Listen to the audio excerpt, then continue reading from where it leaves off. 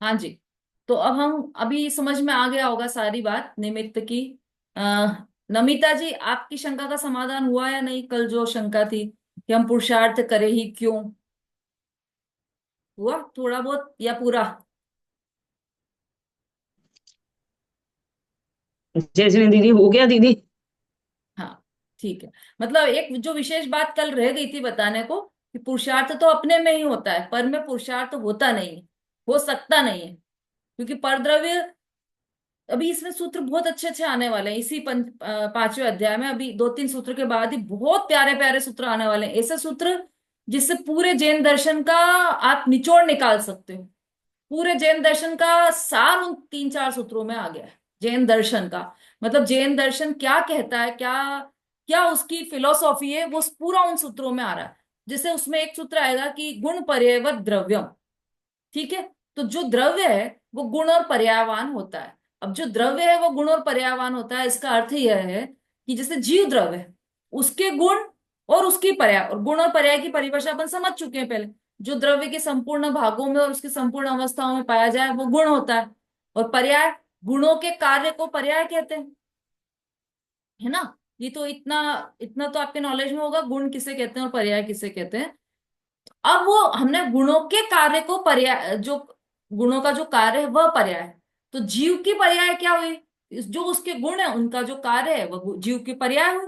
तो जीव के गुण कौन से हैं फिर? ज्ञान दर्शन आदि जीव के गुण है, उनकी पर्याय जानना देखना है, वो उसका कार्य हुआ। ठीक है। ऐसे ही पुद्गल का स्पर्श रस गंध वर्ण उसके गुण है, तो उसका कार्य क्या हुआ? कि स्पर्श रूप कार्य हुआ उसका, गंध रूप रस रूप ये कार्य हुआ उसके। और हमने क्या मान लिया?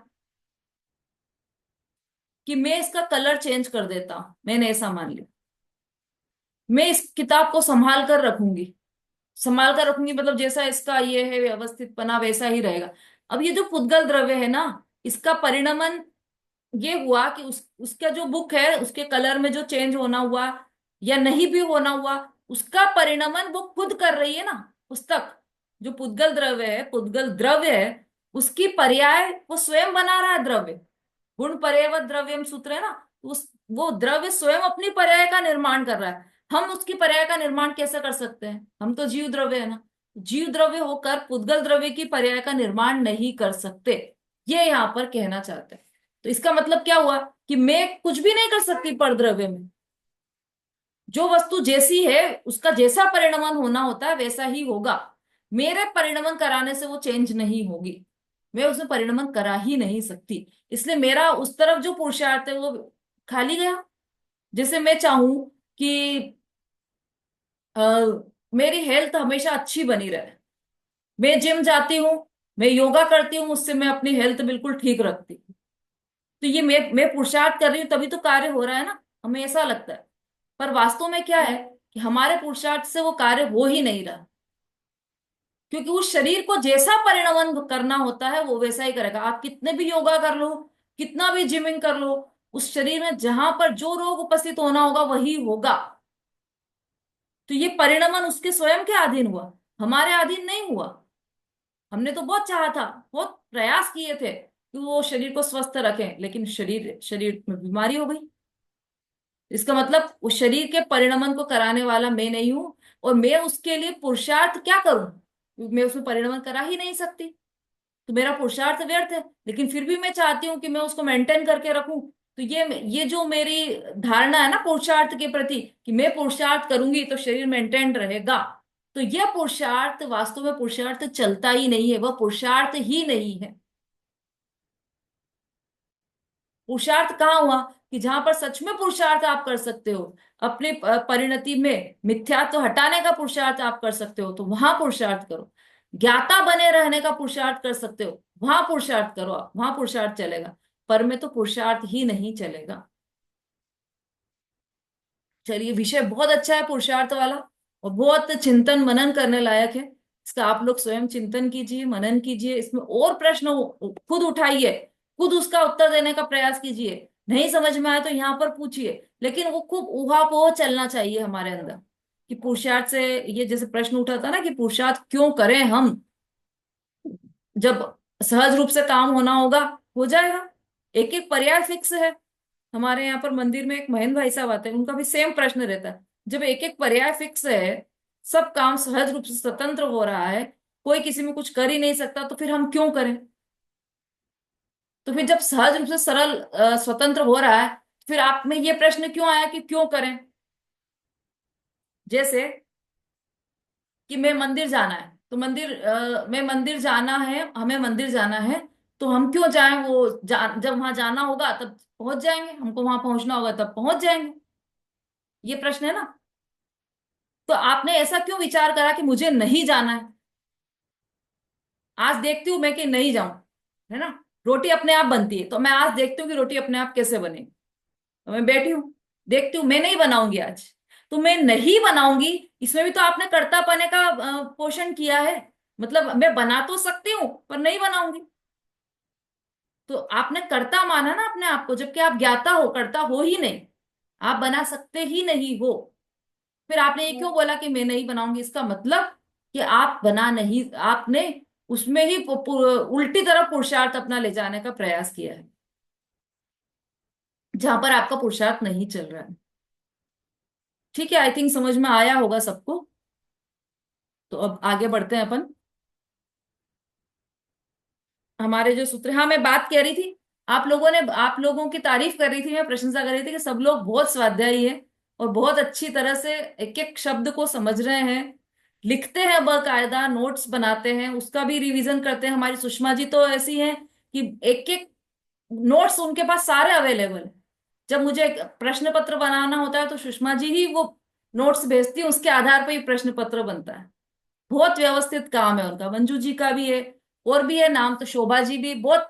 आप लोग सब अटेंटिव हैं, बहुत अच्छी बात है। सुषमा जी तो एक एक क्लास को सुनती है वापस, यूट्यूब पर वापस सुनती हैं, उसमें फिर लाइक करके भेजती है, उसमें कमेंट्स में भेजती हैं बकायदा। बहुत व्यवस्थित काम है, आप लोग सब बधाई के पात्र हैं। ये जो तीव्र रुचि है ना आप लोगों की, यही परिचय है कि आप बहुत अल्प समय में मोक्ष प्राप्त करने वाले हैं, संसार में ज्यादा भटकने वाले नहीं हैं।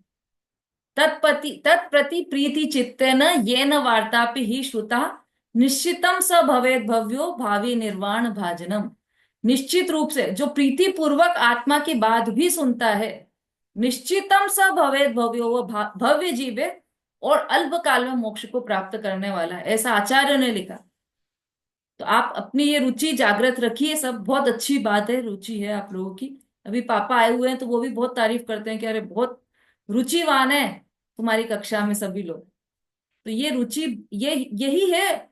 और जो रुचि है ना, रुचि, रुचि जो शब्द है वो श्रद्धा, रुचि कहें या श्रद्धा कहें एक ही बात है। तो ये रुचि बस अपनी तरफ लग जाए तो ही सम्यक्त की प्राप्ति हो जाएगी, और समझ लो भव का अंत निकट आ जाएगा। मेन तो रुचि ही है, हर जगह देखना आप, श्रद्धा रुचि, बस इसी से काम होता है। और कुछ भी कहीं दूसरी कुछ चीज का काम नहीं है। और रुचि अनुयायी वीर्य भी होता है, जैसी रुचि, जिधर रुचि होगी उधर ही पुरुषार्थ लगता है अपने आप। अपने आप जिधर की रुचि होगी पुरुषार्थ सारा उधर लग जाएगा। रुचि अनुयायी वीर्य, पंडित टोडरमल जी ने लिखा है मोक्ष मार्ग प्रकाशन। चलिए आ जाइए अपने अब 23वें नंबर का सूत्र। अभी तक हमने उपकार की चर्चा की, 22 मतलब जो 6 सूत्र हमने पिछले पढ़े हैं उसमें उपकार की चर्चा की थी। और उस उपकार में बार बार पुद्गल द्रव्य का जिक्र हो रहा था, है ना। शरीर वांग मन प्राणा पाना पुद्गला, उसमें भी पुद्गल शब्द आया था। मतलब पुद्गल का उपकार क्या है? सुख दुख जीवित मरणोपग्राश्च, वो भी पुद्गल द्रव्य के उपकार है। तो ये पुद्गल द्रव्य है क्या? अब ये यहां पर बता रहे हैं। पुद्गल द्रव्य, स्पर्श रस गंध वर्णवंत पुद्गलाः। स्पर्श रस गंध वर्णवंत पुद्गलाः, स्पर्श रस गंध और वर्ण वाले पुद्गल द्रव्य हैं, है ना। ये अपन चर्चा में तो कई बार आ गया है हमारा, पर ये सूत्र के द्वारा आचार्य ने स्पष्ट किया है कि जो पुद्गल द्रव्य है वह स्पर्श रस गंध वर्ण वाला है। टीका देखिए इसकी। हाँ टीका पढ़िए वहां से। हाँ अनुज जी भाई साहब बोलिए। मैं इसे पूछ रहा हूँ कि शब्द क्यों नहीं लिया इसमें? उद्गल में शब्द नहीं लिया। शब्द नहीं लिया? कौन से सूत्र में? ये 23वें सूत्र में ना, हाँ हाँ, स्पर्श रस गंध वर्ण, वंत शब्द भी तो है। शब्द भी अभी और आएगा ना, सूत्र और आगे आने वाले हैं पुद्गल संबंधी, उसमें और स्पष्ट होगा। हाँ शोभा जी पढ़ी। सूत्र में पुद्गलः यह शब्द बहुवचन में है। इससे यह कहा है कि बहुत से पुद्गल हैं और प्रत्येक पुद्गल में 4 लक्षण हैं। किसी में भी 4 से कम नहीं है, ऐसा समझाया गया है। दूसरा, सूत्र 19वें 20वें में पुद्गलों का जीव के साथ का निमित्तत्व बताया था और यहाँ पुद्गल का तद्भूत उपादान लक्षण बताते हैं। जीव का तद्भूत लक्षण उपयोग अध्याय 2 सूत्र 8 में बताया गया है और यहाँ पुद्गल के तद्भूत लक्षण कहे हैं। तीसरा, इन 4 गुणों की पर्यायों के भेद निम्न प्रकार हैं। स्पर्श गुण की 8 पर्याय हैं। स्निग्ध, रूक्ष, शीत, उष्ण, हल्का, भारी, मृदु और कर्कश। रस गुण की 5 पर्याय हैं। खट्टा, मीठा, कड़वा, कसायला और चरपरा। इन पांचों में से परमाणु में एक काल में एक रस पर्याय प्रकट होती है। गंध गुण की 2 पर्याय हैं, सुगंध और दुर्गंध। इन दोनों में से एक काल में एक गंध पर्याय प्रकट होती है। वर्ण गुण की 5 पर्याय हैं, काला, नीला, पीला, लाल और सफेद। इन पांचों में से परमाणु के एक काल में एक वर्ण पर्याय प्रकट होती है। इस तरह 4 गुण के कुल 20 भेद पर्याय हैं। प्रत्येक पर्याय के 2, 3, 4 से लेकर संख्यात, असंख्यात और अनंत भेद होते हैं। बस चौथा, देखिए, सूत्र में पुद्गला यह शब्द बहुवचन में, पुद्गलाह ये शब्द लिया है ना, मतलब बहुत से पुद्गल है और प्रत्येक पुद्गल के 4 लक्षण है। बहुत से मतलब कितने, किसी को पता है बहुत संख्या से मतलब कितने? हाँ संख्या संख्या पुद्गलः बहुत बहुत संख्यात असंख्यात और अनंत पुद्गल है। हाँ अनंत, अनंत है ना, हाईएस्ट तो अनंत है, तो अनंत पुद्गल है। संख्यात असंख्यात सब इंक्लूड हो गए उसमें, तो अनंत पुद्गल है। और उन अनंत, इसलिए यहाँ पर पुद्गला, स्पर्श रस गंध वर्ण वंता पुद्गला ऐसा कहा है यहाँ पर। ये सब स्पर्श रस और गंध और वर्ण वाले पुद्गल होते हैं, अनंत पुद्गल। पर उनमें सब में ये 4 लक्षण है, जितने भी पुद्गल है, स्पर्श रस गंध और वर्ण, ये 4 लक्षण है। ठीक है, किसी में भी 4 से कम नहीं है। लक्षण चारों ही दिखाई देंगे, स्पर्श रस गंध वर्ण, ये चारों ही लक्षण होंगे उसमें। अब 19वें 20वें में पुद्गलों का जीव के साथ का निमित्त तत्व बताया था, है ना, पुद्गल का उपकार बताया था ना। ये शरीर वांग मन प्राणापाना पुद्गला 19वां, और फिर 20वां सुख दुख जीवित मरणोपग्रहाश्च, इन दोनों सूत्रों में जीव के साथ का निमित्त बताया। पुद्गल का जीव के प्रति उपकार बताया था ना, कि जीव को वो सुख देता है, दुख देता है, उसको वो श्वासोच्छ्वास देता है, उसको शरीर देता है, उसको वाणी देता है, उसको मन देता है, तो ये सब पुद्गल के उपकार थे। यहाँ पर पुद्गल का तद्भूत उपादान लक्षण बताते हैं। तद्भूत मतलब जो उसमें हमेशा रहे, तद्भूत उसमें हमेशा उपस्थित रहे, मतलब उसमें एक में, एक होता है अतद्भुत जो उससे कभी अलग भी हो जाएगा, लेकिन तद्भुत जो हमेशा उसके साथ रहे, ऐसा तद्भुत लक्षण ये है पुद्गलों का। क्या है? स्पर्श रस गंध वर्ण। जीव का तद्भुत लक्षण उपयोग है, ये पहले उपयोगो लक्षणम हमने दूसरे अध्याय में पढ़ा था। तो वो तद्भुत लक्षण है जीव का, मतलब जीव कभी भी किसी भी अवस्था में रहे, उसका वह लक्षण हमेशा प्रतिभासित होता रहेगा। जैसे सोना है, सोने का लक्षण चमक है, उसकी जो चमक है, पीलेपन और चमक है उसका लक्षण।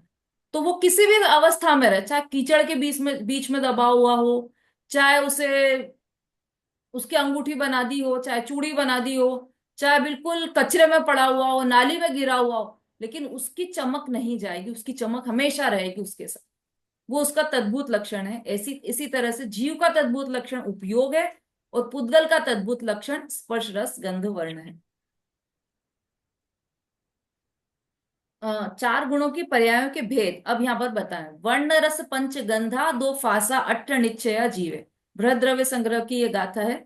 इस वर्ण रस मतलब स्पर्श, अ, वर्ण तो अभी बाद में आएगा, इसमें स्पर्श लिया है पहले। स्पर्श गुण की 8 पर्याय है, सभी को याद होगी ये तो।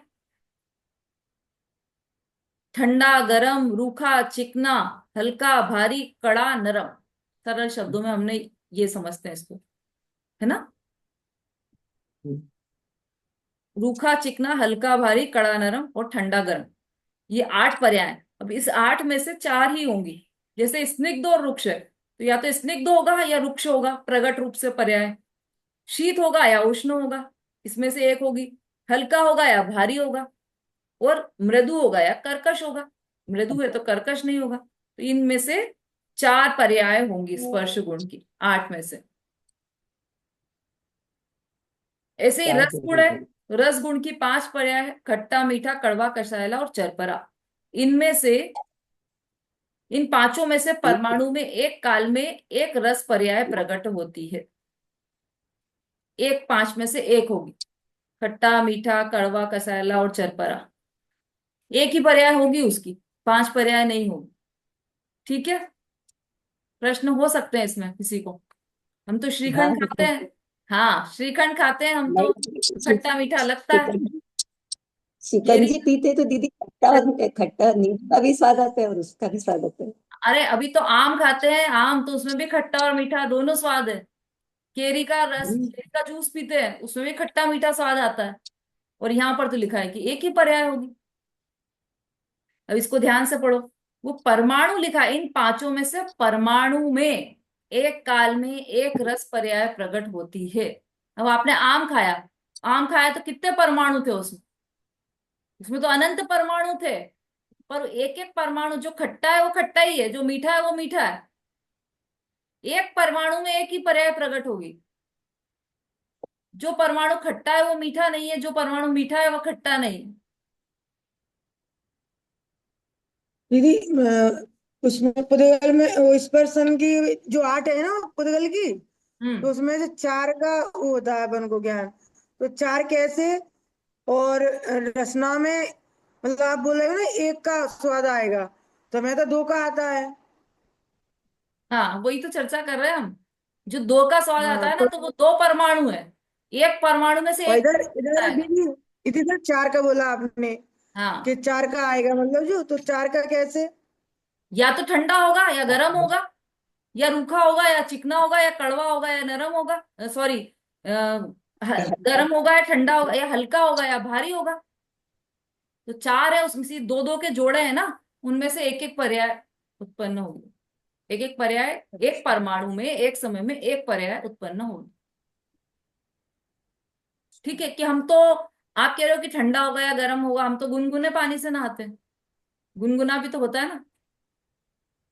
हाँ, होता हाँ, है ना दीदी, होता है। न ठंडा है ना गर्म है वो। है ना। तो वही गुनगुना भी है, तो फिर इसमें तो गलत लिखा है ये, मतलब कि नहीं, ऐसा नहीं है। इसमें स्पष्ट लिखा है कि एक परमाणु में एक काल में एक पर्याय प्रकट होगी। तो वो जो गुनगुना है ना, उसमें एक परमाणु तो है गर्म और एक परमाणु है ठंडा। वो मिलाकर गुनगुना लगता है आपको। पर वो एक एक परमाणु ऐसे अनंत परमाणु है। एक एक घूंट पानी में अनंत परमाणु, हम्म, है ना। पानी में है कि नहीं परमाणु, पहले तो ये क्लियर करो। हाँ दीदी। है, पानी में परमाणु है। क्यों, पानी तो जल का हाँ एक। दीदी, जल जल का ही जीव है ना। हम्म। तो फिर परमाणु तो कैसे? जीव है वो तो। जैसे गर्म हो गया तो फिर उसमें, तो उसमें नहीं है, निकल गया उसका जीव। तो वो जो पानी है वो जीव है या परमाणु है? दोनों में से एक बात बताइए आप तो। जीव है जीव। जीव है। हाँ, आरती जी बोलिए। दीदी पर जल का एक जीव तो है, लेकिन जो अपने को जो पानी दिखाई देता है वो तो पुद्गल है ना, वो परमाणु है उसमें। हाँ, अरे हम बोल ही रहे हैं जल कायिक। तो जो उसमें जल का एक। पुद्गल है वो तो जीव है, और जो काया है उसकी, वो तो पुद्गल है ना। जैसे हम जल है, ही है ना। तो हम है तो हम तो जीव है, लेकिन जो साथ में संयोग में शरीर है वो काया है, तो वो तो पुद्गल है। खुद उसमें गए। स्पर्श रस गंध वर्ण सब पाए जाएंगे। पुद्गल का लक्षण चल रहा है ना अभी। स्पर्श रस गंध वर्ण सब पाए जाएंगे। ठीक है, आगे समझ में गुनगुना कैसे हुआ पानी, हाँ। कैसे हुआ गुनगुना? दो दो पुद्गल, पुद्गल का दो दो। बोलिए सुलेखा जी। उसके उसके परमाणु मिल गए ना उसमें, किसमें गर्म मिल? वाले के, ठंडे में। हाँ, वही। मतलब देखो एक एक ये परमाणु या तो गर्म है या वो ठंडा है, शीत या उष्ण, दोनों में से एक ही, एक समय में एक ही पर्याय उत्पन्न हुई। ऐसे ही टेस्ट के बारे में भी ऐसा ही है, समझ लेना इसको। गंध गुण की दो पर्याय है, सुगंध और दुर्गंध। इन दोनों में से एक काल में एक गंध पर्याय प्रकट हो गया तो सुगंध आएगी या दुर्गंध आएगी आपको। वर्ण गुण की पांच पर्याय है, काला, नीला, पीला, लाल और सफेद। इन पांचों में से परमाणु के एक काल में एक वर्ण पर्याय प्रकट होती है। अच्छा, समय हो गया है हमारा। चलिए इसके आगे से हम कल लेंगे। ये टीका टीका ही कल चलाएंगे हम। यहाँ से तीसरा पॉइंट वापस लेंगे, उसके बाद चलेंगे। हाँ, अभी कोई संक्षिप्त में जिनवाणी स्तुति लेना चाहे तो ले सकते हैं।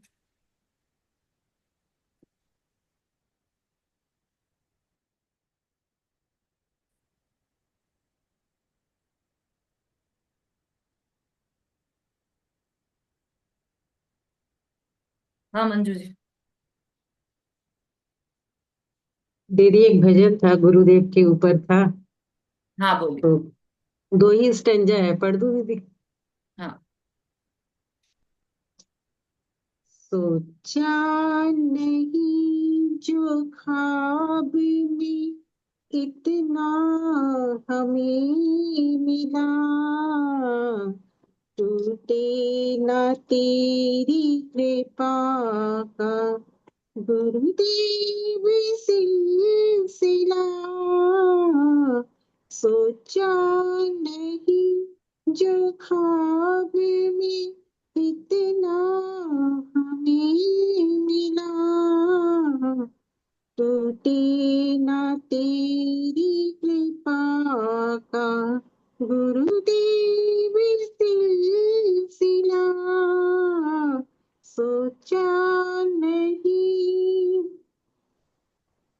एक दिन मेरी ये जिंदगी तेरे दर पे मुड़ गई, टूटी हुई थी ख्वाहिशें एक पल में जुड़ गई, पहली ही हाजिरी का कितना दिया सिला,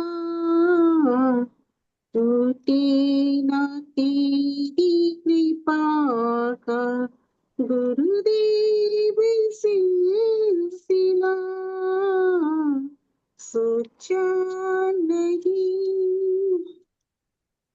जब से मिला के तय तेरा, सब कुछ ये पा लिया,